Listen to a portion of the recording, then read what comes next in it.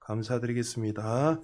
우리 34절 우리 한 목소리로 다 같이 읽겠습니다. 시작. 예수께서 이르시되 아버지 저들의 사하여 주옵소서 자기들이 하는 것을 알지 못하니이다 하시더라. 그들이 그의 옷을 나눠 제비 뽑을세. 아멘. 우리 늘 축복하지만 앞뒤 양념을 인사하겠습니다. 주의 이름으로 사랑합니다. 축복합니다. 우리 한번 인사하겠습니다.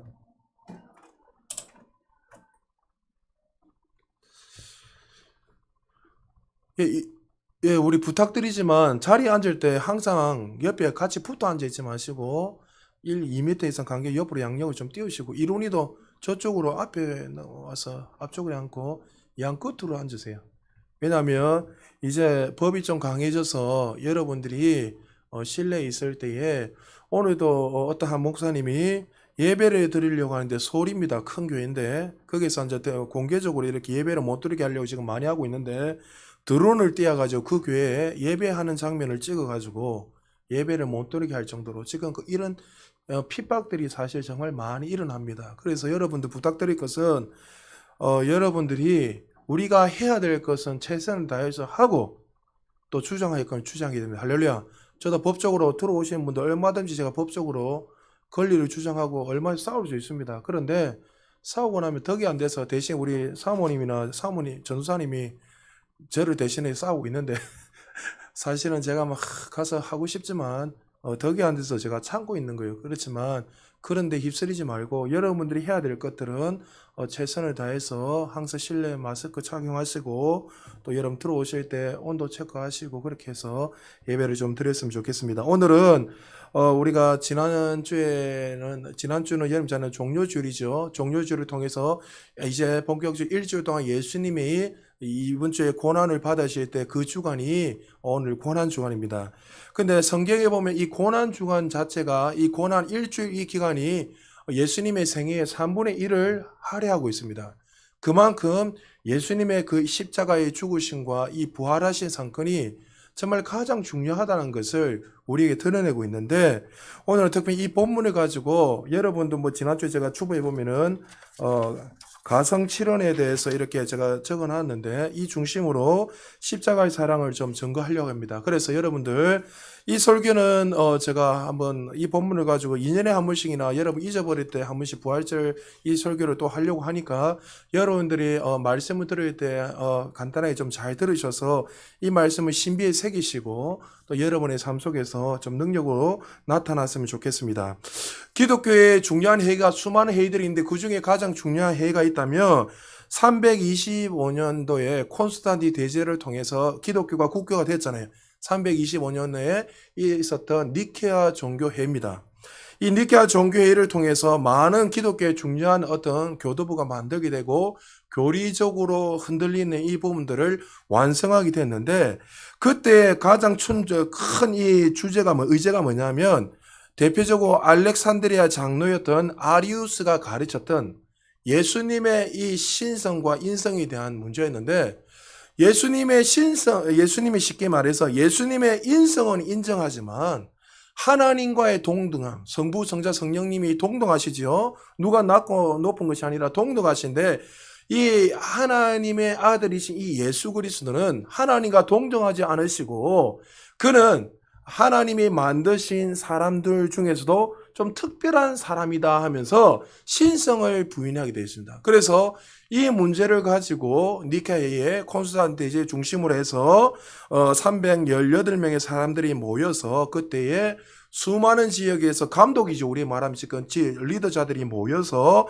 그것을 해서 결론은 뭐냐면 예수 그리스도는 하나님과 동등되시다 하는 것을 교리적으로 확립을 하고 거기서 추가적으로 여러 가지 많은 문제들이 있는 것들을 이렇게 추가적으로 해결하게 됩니다. 그 당시에 니케아에 온 사람들이 318명인데 북아프리카, 소아시아 또 이스라엘 각지에서 최고의 리더자들이 모여서 이 회의를 했는데 이 회의를 하는데 사람들 318명 중에서 12명만이 몸이 온전했고 나머지 306명은 신체 일부가 쉽게 말해서 일부가 훼손되고 손이 잘려나가든지 팔이 잘려나 눈이 한쪽이 없다든지 실명이 된다든지 다양하게 308명이 6명이 신체 일부가 없고 그 대다수가 다 다쳤다는 거죠. 그들이 왜 그런 몸을 가지고 왔냐고 보니까 이 십자가의 복음을 전하다가 고난을 받고 또 어떤 신체 일부가 잘려나가고 피 흘리고 또 그 주변에 많은 동력자들이 그렇게 죽었다는 거죠. 그들이 왜 이렇게 신체를 일부가 또 도리져 나가면서까지 그들이 이렇게 이 복음을 증거할 수 있었던 이유는 뭐냐면 예수 그리스도의 그 십자가의 복음을 경험했기 때문이었습니다. 그래서 이 예수 그리스도 창조주 하나님을 만나게 되면 그 삶에 변화가 일어나게 되고 변화가 일어나면 그 인생을 누구를 위해서 살아야 되는가. 그것이 중요하다는 거죠. 제가 이번 주에 한 목사님하고 이런저런 이야기를 하다가 그 목사님에게 제가 말씀의 우선순위에 대해서 설명하고 이런저런 이야기를 하다가 주고받고 이런 대화 속에서 이런 이야기 나왔어요. 참 목사님 우리가 성도들에게 말씀을 가르칠 때 우선순위 이렇게 이야기하니까 말씀을 최고 위치에 두라 최고의 권위 최종적인 권위에 두라 하니까 마치 이 말씀을 우리가 첫 번째 두 번째 짜짜짜 나누는 것처럼 이렇게 설명할 때가 참 많이 있다. 사실 여러분 잘 들으셔야 돼요. 말씀의 우선순위가 아니라 말씀은 절대적인 거지. 우리가 살아갈 때. 할렐루야.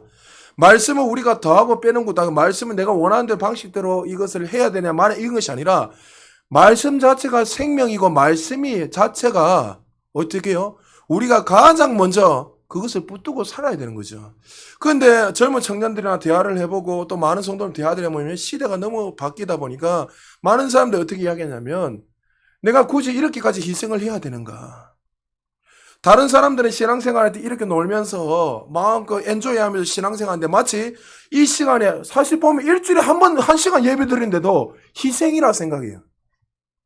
주일, 자기들이 생각할 때 이 주일이라는 이 개념 자체가 쉽게 말해서 가장 자기가 안식을 누리고 집에서 편안하게 쉬어야 되는데 마치 그 시간에 가장 그 피곤한 시간에 내가 좀 더 누리고 쉬어야 될 이 시간에 쉬지 못하고 하나 예배하는 그 자체가 본인들은 희생이라 생각한다.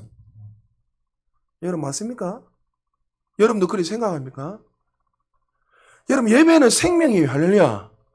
우리가 우선순위를 들어야 말아야 되는 것이 아니라 우선순위가 아니라 그냥 생명이 생명. 들이지 않으면 사망이에요.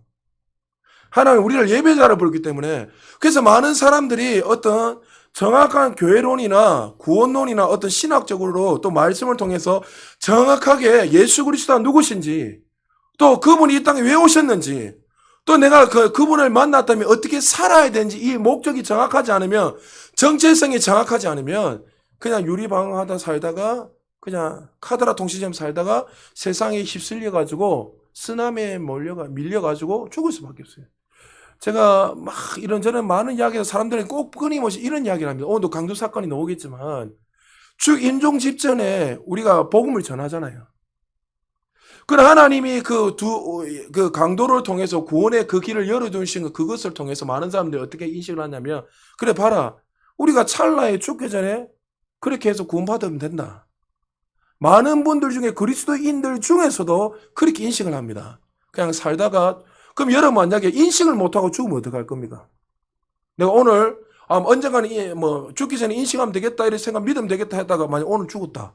그럼 어떻게 될 겁니까? 여러분? 그냥 구원은 우리의 노력으로 되는 것이 아니라는 거죠. 그래서 우리는 다시 한번 이 고난 주간을 맞이하면서 예수님의 사랑을 다시 한번 잘 경험해야 되고 또 혹시나 여러분 가운데 아직도 구원의 하나님, 부활하신 주님, 이 고난의 십자가의 복음을 명확하게 경험하지 못한 분들이 있다면 오늘 말씀을 드리면서 여러분 심령 속에 이런 마음들이 지금 계속 일어났으면 좋겠어요. 주님, 그 예수님의 그 십자가의 그 복음을 피 묻은 복음을 오늘 내가 경험하게 하여 주옵소서. 이런 마음으로 여러분들이 갈망하고 말씀을 들을 때에 성령께서 친히 여러분의 심령을 충만히 임하게 하시고 변화시킬 것을 믿으시기 바랍니다. 존 스토어 목사님은 이 십자가에 대해서 이렇게 이야기했습니다. 십자가는 신앙인과 불신앙이 크게 갈라지는 곳은 십자가에 대한 태도에서 나누어진다. 다시 말해서 불신앙인들은 십자가를 보면 피하게 되고 조롱하게 되지만 그리스도인들은 이 신앙인들은 십자가를 보면 사모하고 그 앞에서 감사함으로 무릎 꿇고 살아가게 된다고 존 스튜더 목사님은 말씀했습니다. 존 스튜더 목사님은 2년 전에 돌아가셨죠. 영국에서 최고의, 정말 전 세계적인 최고의 학자였고, 정말 그는 결혼도 하지 않고 정말 복음을 위해서 살다가 수많은 영향을 끼치다가 2년 전에 돌아가셨는데, 정말 이 예수 그리스도를 만난 사람들은 반드시 변화가 일어나게 되고, 십자가를 경험한 사람들은 십자가를 사랑하게 되고, 그 십자가를 위해서 외치며 살아갈 수밖에 없다는 거죠. 오늘 특별히 예수님이 십자가에 죽으시면서 7마디를 남겼는데, 이것을 우리를 가상칠언이라고 합니다. 예수님이 십자가에 죽으시면서 그 급박한 상황 속에서도 하나님께 기도하셨는데, 이 기도가 무엇인지 알고, 이 기도를 통해서 다시 한번 하나님 누구시고, 또 우리가 누구이고, 또 왜 예수님 십자가에 죽으셔야만 했는지 이 가상칠언을 통해서 좀 은혜 받는 시간이 되었으면 좋겠습니다. 먼저 첫 번째 기도의 내용은, 아버지 저들을 사하여 주옵소서, 자기들이 하는 것을 알지 못하느니라. 누가복음 23장 34절에 말씀하고 있습니다. 먼저 이 말씀을 통해서 예수님이 누구신지 보여주고 있습니다. 예수님이 첫 번째 기도하실 때 어떻게 기도하십니까? 하나님을 향해서 아버지라고 부르셨습니다. 그 누구도 전지전능하신 하나님을 아버지라고 부를 수 없는 시대였습니다. 그런데도 불구하고 하나님을 누구라 부른다고요? 예수님은 아버지라 부르면서 이 하나님이, 창조주 하나님이 보내주신 메시아라는 것을 그들에게 보여주는 말씀이란 거죠. 또 예수님이 십자가를 왜 지셔야 했는지 이 말씀을 통해서 보여주고 있습니다. 예수님이 기도하시면서 저들의 죄를 어떻게 해요? 용서하여 주옵소서. 인류의 죄, 나의 죄를 위해서 예수님이 십자가에 대하여 피 흘려 죽으셨다는 것을 보여주고 있습니다. 예수님이 우리를 구원하시기 위해서 이 땅에 오셨고, 하나님의 아들이신 예수님이 우리 죄를 위해서 십자가에 친히 피 흘려 주셨다는 거죠. 그리고 우리가 누구인지 첫 번째 기도를 통해서 보여줍니다. 우리가 누구죠? 우리는 제3, 죄를 용서함을 받을 수밖에 없는 죄인이라는 사실을 보여주고 있다는 거죠. 그래서 예수님 십자가에서 나의 죄를, 저들의 죄를 사하여 주옵소서. 그래서 우리는 이 용서함, 제사함을 받지 않으면 우리는 영원히 지옥으로 갈 수밖에 없는 죄인이라는 사실을 분명하게 이 말씀을 통해서 보여주고 말씀하고 있다는 거죠. 사랑하는 여러분, 다시 한번 이 말씀을 또 이 기도를 통해서 하나님이, 예수님이 누구시고, 그리고 우리는 죄 용서함을 받아야 될 죄인이었다는 사실을 기억하시고, 정말 그 구속의 은혜, 그 사랑의 은혜로 말미암아 감사함으로 살아갈 수 있는 저와 여러분 되시기를 주님 축복합니다. 만약에 우리가 이 죄 용서함을 받은 죄인들이었다면, 이제 이 죄인들이 구원을 받은 하나님의 자녀가 되었다면 우리가 한 가지 해야 될 것이 있습니다. 어떻게 해요?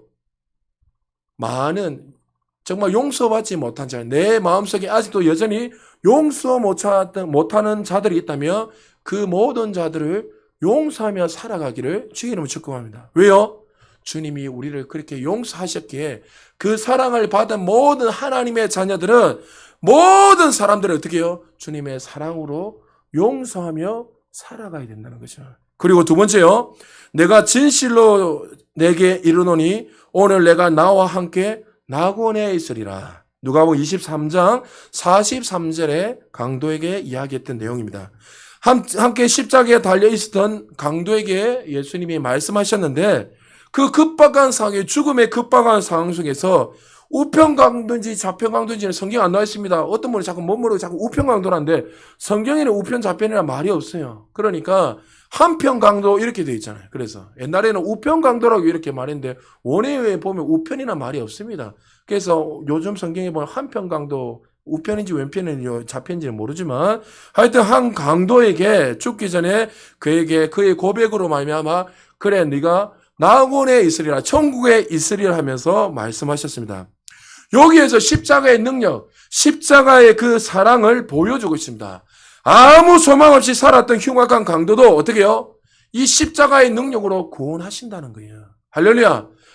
허단 수많은 많은 죄를 진다 하더라도, 우리가 볼 때 조롱받고 죽을 수밖에 없는 영원한 죄인이다 할지라도 이 십자가의 이게 복음의 능력으로 말미암아 어떠한 자들도 다 용서함을 받을 수 있다는 것을 오늘 이 기도를 통해서 보여주고 있습니다.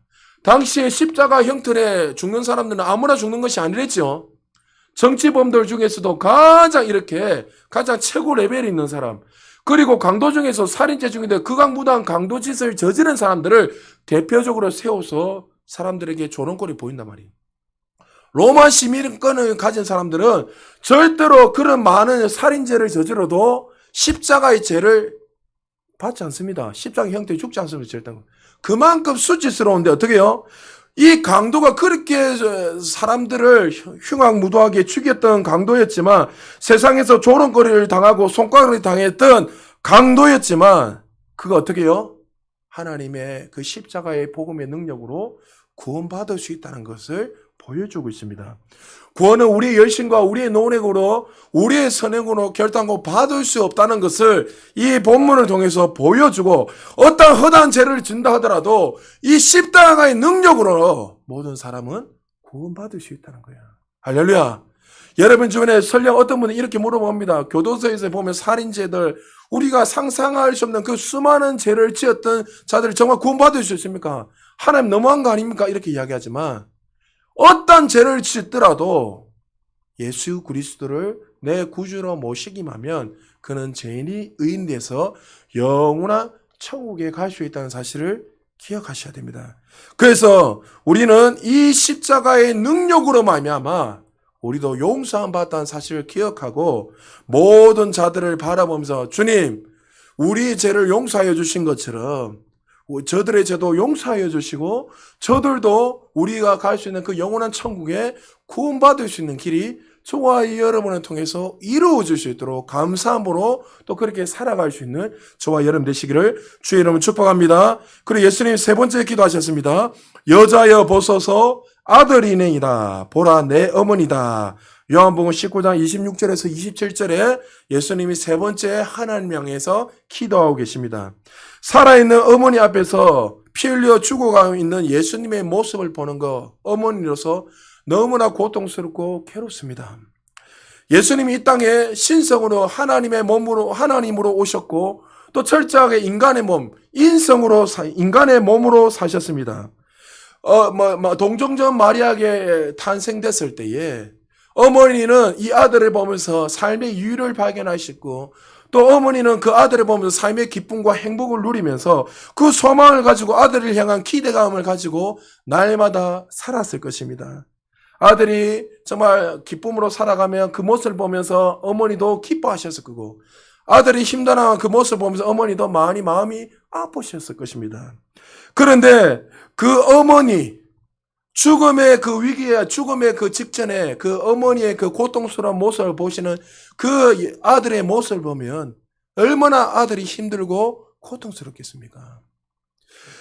예수 그리스도를 이렇게 정말 예수 그리스도를 탄생할 때에 동정녀 마리아는 사실 남자와 여자의 그런 어떤 동침을 통해서 나온 것이 아니라 처녀의 몸에서 아들이 나왔단 말이에요. 그 당시에 처녀의 몸으로 아들을 낳았다는 것은 돌 맞아서 죽어야 될 일이죠. 그러나 그 죽음을 각오하면서도 어머니는 그 아들을 사랑했고 하나님의 말씀에 순종해서 그 아들을 낳게 됐습니다. 수많은 위기와 고통도 있었습니다. 자식이 죽으면 우리 말에 보면은 자식이 죽으면 부모의 가슴에 자식을 묻는다고 하잖아요. 그만큼 고통스럽고 잊을 수 없단 말이죠. 그런데 예수님은 어떻게 해요? 이 인류의 모든 죄를 대속하기 십자가에 죽으면서도 그 죽음 앞에서도 그 사랑했던 어머니를 생각하면서 십자가에서 눈물을 흘리셨습니다. 그리고 네 번째요. 엘리 엘리 라마 사막다니 나의 하나님 어찌하여 나를 버리셨나이까. 마태복음 27장 46절에서 네 번째로 기도하고 계십니다. 삼위일체 하나님은 결단코 분리된 적도 없고 분리할 수도 없고 흩어진 적도 한 번도 없었습니다. 그러나 언제 한번 흩어졌지요? 분리됐지요? 이 십자가의 사건을 통해서 성부, 성자, 성령님이 분리되셨어요. 왜 분리되셨지요? 이 십자가 사건을 통해서 누구의 죄 때문에 하나님 외면하셨지요?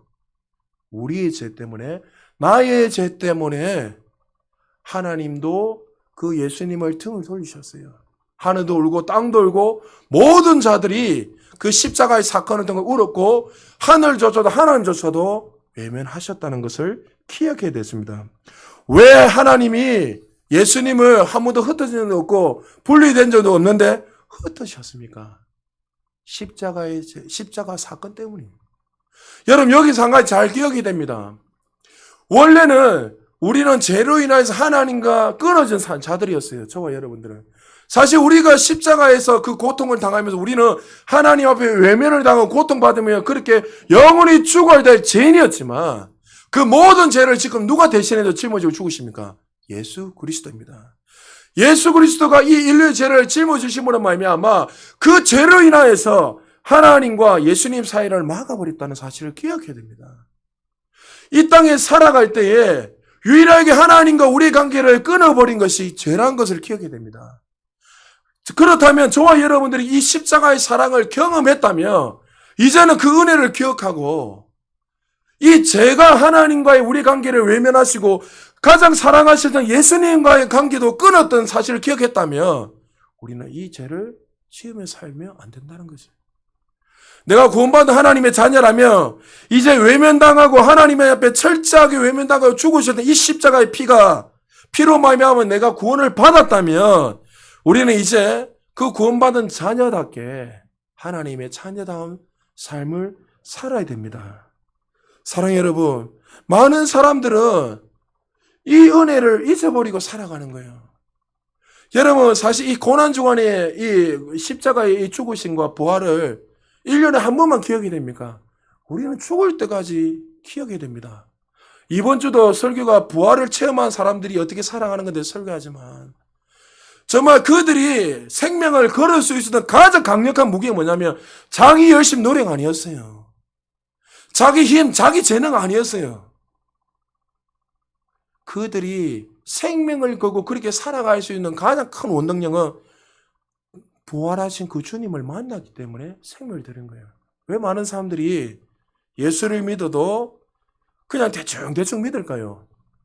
사실 그 신앙의 내면에 깊이 들어가서 만나서 이야기해보면 정말 부활하신 주님을 못 만났기 때문에 그렇게 살아가는 거예요. 여러분 인생 길지 않습니다. 사실 늘 말씀드리지만 100년이면 100년. 100년을 위해서 여러분이 이 땅에서 정말 그 가치 없는 이 100년들을 위해서 여러분 영혼을 포기하시겠습니까? 많은 사람들이 내가 그냥 그렇게 살아가면 언젠가는 천국 갈 수 있겠지라는 막연한, 여러분 성경은 막연하지가 않습니다. 성경은 명확하고 정확합니다. 할렐루야. 여러분 하나님은 명확하시지 그냥 관념적인 내 상상 속에 이데아 속에 수요일날도 얘기하지 이데아 속에 상상 속에 하나님이 아니세요. 그렇게 믿기 때문에 어떤 문제가 일어나면 그냥 내려놓고 세상을 향해 달려나가는 거예요. 청년들 놀기 얼마나 좋습니까? 맞잖아요. 이제 놀기 좋지, 맞지? 놀아봐야 돼. 열심히 놀아야 돼. 놀지 말라는 게 아니에요. 놀아봐야 돼. 그러나 여러분 그 노는 거 안에서도 누가 있어야 돼요? 예수 그리스도가 있어야 돼요. 할렐루야. 그 안에서도 주 안에서 놀아야 돼요.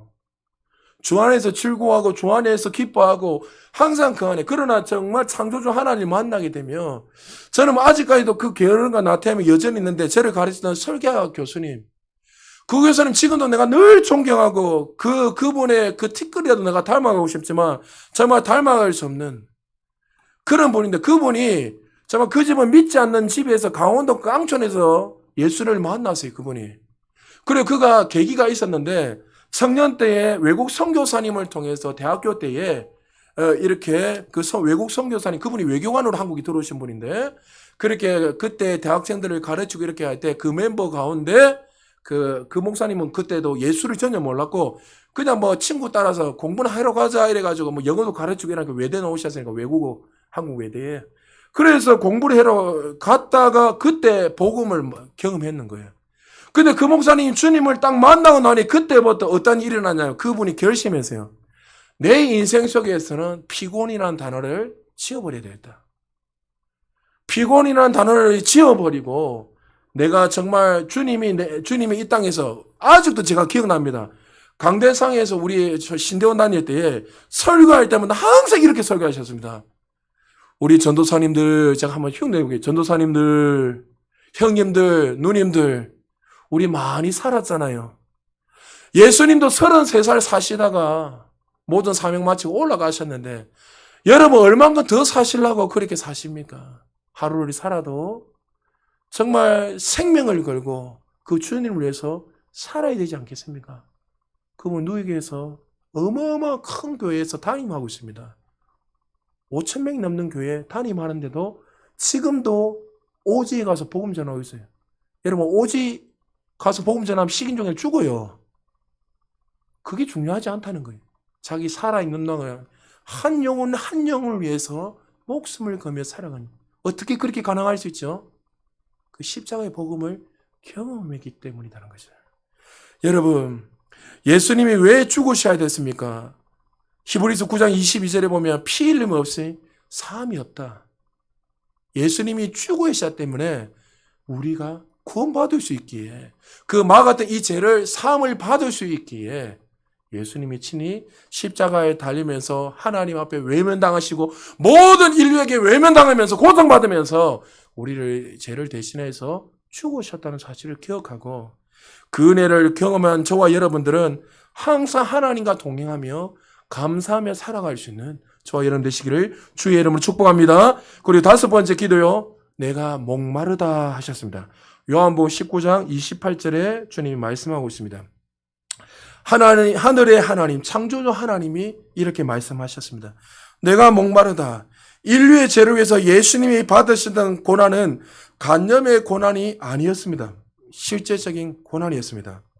십자가에서 모든 피와 모든 물이 쏟아져 나오니까 너무나 고통스럽고 너무 아끼니까 피와 물이 모든 것들이 다 쏟아내려 보니까 너무나 고통스럽고 괴로웠기에 그분은 내가 목마르다 하면서 그 고통 가운데 외쳤던 소리였습니다. 예수님의 그 목마름으로 말미암아, 예수님의 그 죽으심으로 말미암아 그분을 통해서 생명의 수가 흘러넘치게 된 거예요. 할렐루야. 예수 그리스도의 그 목마름 때문에, 그 죽으심 때문에 이제 예수 그리스도를 믿는 모든 자들에게, 다시 말해서 구원의 길이 다 막혔던 자들에게 생수의 강이 흘러넘치는 놀라운 역사가 일어났다는 사실을 기억해야 됩니다. 그렇다면 우리는 이 생명의 수를 경험했다며 이제는 우리만 그 생명수를 경험하는 것이 아니라 믿지 않는 수많은 자들에게 이 영혼이 목마르지 않는 이 생명수를 흘러넘치게 해야 된다는 거죠. 늘 기억하십시오. 100억을 벌어도 200억을 벌어도 여전히 믿지 않는 사람들은 목말라 합니다. 왜 목말라죠?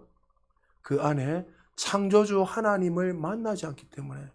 여러분, 우리는 얼마든지 기사 한두 개만 켜봐도 얼마나 우리가 소위 말하는 부러워하는 수많은 사람들, 상위 레벨에 있는 우리가 말하는 돈 많고 나름대로 정말 안락하다고 생각하는 그 사람들의 이야기를 들어보면 전부 다 수면제를 먹고 있고, 어떤 처방, 여러분 이재용이 보십시오.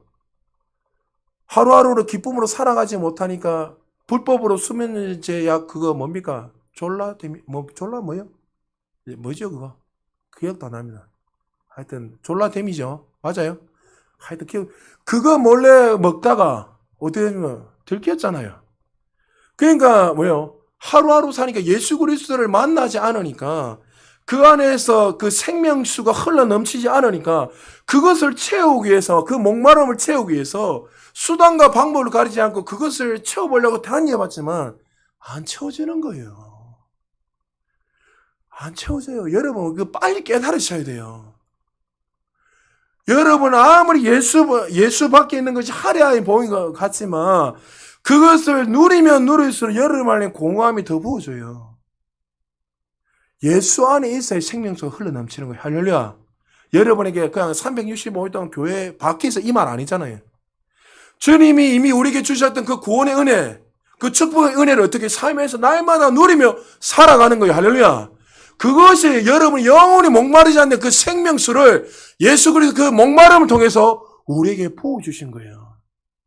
그래서 우리는 날마다 그 은혜를 기억하고 영원히 목마르지 않는 그 생명수를 경험했으니 우리는 그 은혜를 감사하며 또 그 은혜를 믿지 않는 수많은 자들에게 흘러보낼 수 있는 저와 여러분 되시기를 주의 이름 축복합니다. 그리고 예수님이 6번째 기도하셨습니다.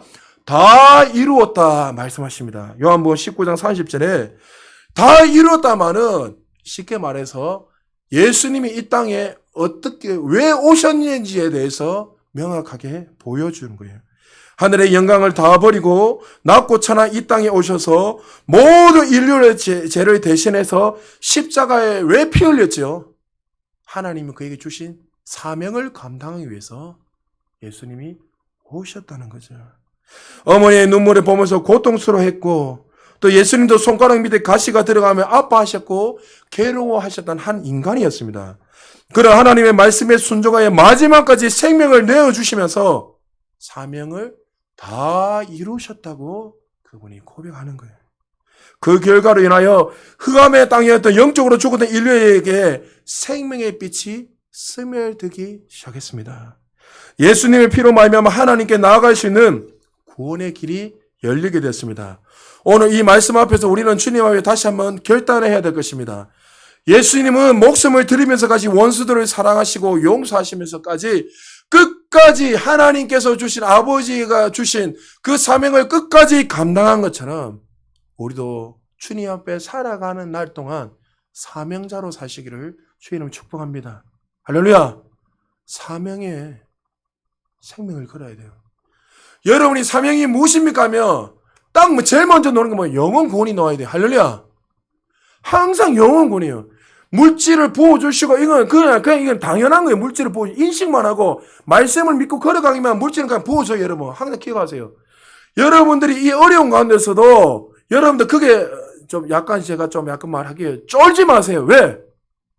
여러분이 볼 때는 환경에 지금 막 여러 가지 제2의 IMF고 어렵고 뭐 실업자가 청년들만 500만 명이고 지금 막 나라 보면 나라 빚이 어마어마하게 천조가 넘을 어마어마한 빚을 가지고 있고 막 보면 암담해요. 그러나 성경은 그렇게 말하지 않는 거예요. 예수님이 가난하지 너에게 이미 부유함을 줬다. 할렐루야. 그 말씀이 믿고 그 말씀 안에 걸어가면요. 여러분들이 말씀을 믿고 걸어가면요. 여러분이 안 되는 그 직장이 그냥 잘 돼버려요. 할렐루야. 기억하셔야 돼요. 제가 여기 건물주로 해서 늘 기도하는 거 좀 그러잖아요. 이 건물주가 뭐 잘해서 잘 된다고 생각 안 하면 저는. 우리 교회가 복을 받기 때문에 이 건물이 잘 된다고 저는 항상 기도하고 있어요. 우리는 통로이기 때문에 그래요. 할렐루야.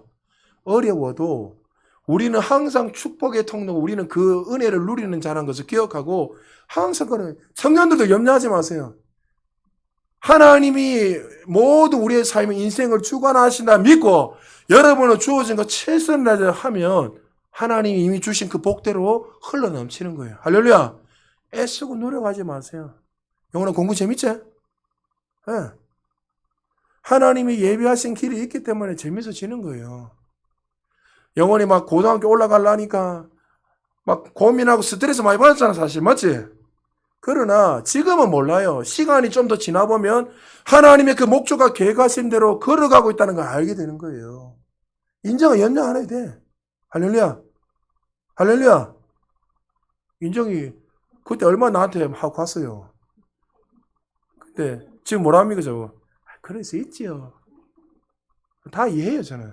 왜요? 아직 철이 없기 때문에. 왜? 여러분 나이가 많아도요. 영적으로 철 없는 사람 많습니다. 보면 철이 없어요. 왜 철이 없냐면 그 말씀대로 걸어가면 되는데 눈에 보이는 그 욕심과 그 아직 고집을 내려놓지 못하니까 보이는 걸 쫓아가는 거예요. 여러분 세상을 도피하란 말을 제가 한 적이 한 번도 없잖아요. 여러분 세상을 도피하면 돼요. 세상이 우리는 들어가서 변화시켜야 돼요. 할렐루야. 그럼 여러분들 이 복음 안에서 살아야 돼요. 그럴 때 이 능력이 나타난 거지. 복음 없이 그냥 뛰어들어가면 허무해지고 그 환경 앞에서 다 절망은 무너져 버리는 거예요. 그러나 이 십자가의 복음을 경험하고 내가 누구이고 예수님이 우리를 위해서 어떤 일을 행하셨는지 분명히 알고 내가 어떤 위치고 어떤 종에 명확히 믿어주고 걸어가게 되면요. 어떤 상이 있어도 염려하지 않고 항상 그 문제가 아니고 늘 그 문제에 기대감을 하고 이 다음에 어떤 것이 있을까? 그 기대감, 그 은혜로 걸어가게 돼요. 그럼 어떤 일이 일어난지 아세요? 여러분에게 하나님 말씀하신 그 옛날에 기도하면서 약속하신 그 약속들이 분기시 그대로 나타나는 거예요. 할렐루야. 여러분 외국에 내 다음에 한번 기회 되면 또 다른 목사님 한번 제가 데려가 볼게요. 전혀 제가 모르는 사람 한번 데려가 볼게요. 괜찮은 목사님. 그럼 우리 교회 성도님들 예언해 줄 때 어떻게 예언하냐 보세요. 제가 기도하는 대로 하는지 안 하는지. 재벌이 분명히 일어날 것이고 정치가는 나중에 많은 분들이 오게 될 것이고 이 교회가 정말 계속 하나님이 제자 사역을 계속 기업급수적으로 증가시켜서 교회 건물이 아니라 사람을 세워서 제2의 교회, 제3의 교회, 제4의 교회 계속 세워져서 그런 일들이 끊임없이 일어난다고 분명히 그 목사님 이야기할 거예요. 저는 영어 안 되니까 말 못하면 여러분 알잖아요. 제가 하고 싶어도 말 못해요. 여러분 하나님이요 우리를 향한 그 목적과 계획이 크단 말이죠. 할렐루야. 여러분 사명자로 사시기 좀 축복합니다. 예수님 철저하게 이 땅에서 하나님이 나에게 주신 그 사명이 무엇인지 분명한 영혼 구원 그리고 그 구원을 위해서 주님이 주신 이 사명을 위해서 모든 것을 다 이루시고 하나님의 그 사명을 잘 감당하고 영원한 천국에 올라가셨다는 것을 기억해야 됩니다. 그리고 마지막 7번째요. 아버지 내 영혼을 아버지의 손에 부탁하나이다. 누가복음 23장 46절입니다. 사명을 다 이루시고 마지막 순간에 하나님 앞에 영혼을 부탁하실 분이 우리 예수님이십니다. 예수님의 모든 생애는 하나님을 절대적으로 신뢰하며 걸었던 길이었던 거예요. 그 인생 모든 분초, 모든 시간 하나하나 다 쪼갰을 때 자신이 어떤 생각으로 한 것이 아니라 철저하게 성령의 이끌림을 받고 모두 하나하나 모든 것을 누구에게 맡기고 주님께 맡기고 하나님께 맡기고 걸어갔던 삶이었습니다. 마지막 죽음조차도 누구에게 맡기셨다고요? 하나님 앞에 맡기셨다는 거예요. 우리의 모든 인생이 전 인생이 이렇게 돼야 될 줄 믿으시기 바랍니다. 할렐루야.